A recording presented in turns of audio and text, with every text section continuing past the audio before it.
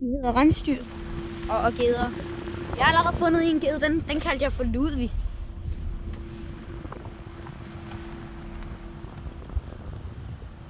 Nogen skulle spørge.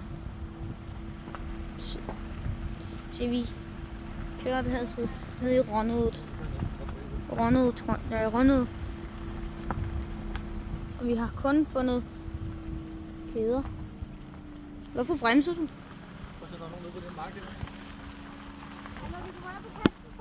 Jeg kan ikke endnu. Det ved du godt.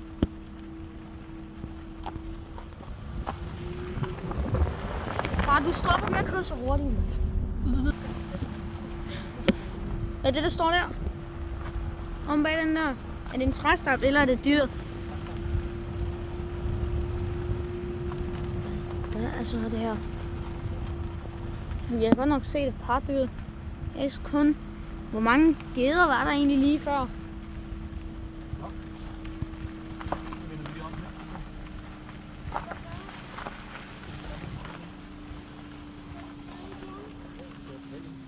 Men I stod der ikke et eller andet dernede? Står der ikke et eller andet dernede, Isabella? Det der. Er det ikke en hjort der? Under træet dernede? Kan I ikke se det under træet dernede? Altså, der er lidt mange træer. Lige, det der lille træ der, lige der står nu under det. Så det er rimeligt. Nej, det var bare nogle blade, der hangede for det. Så lige en lille dyr. Tænker jeg da. Det her er sødere. Nu er det godt.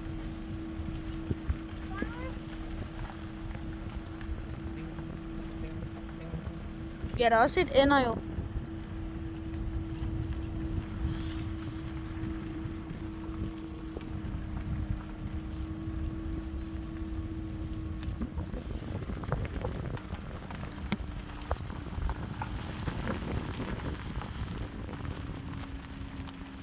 Geder eller det ender?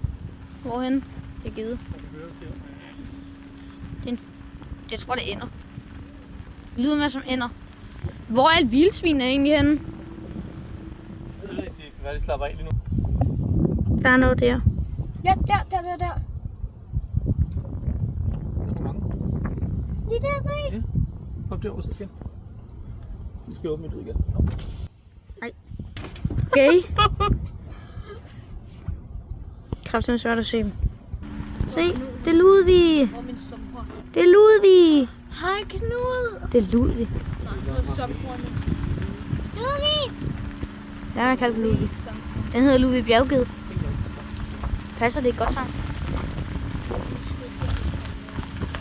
Ja, det er første afsnit, ikke? Det spurgte jeg sig selv Ja, det er af. første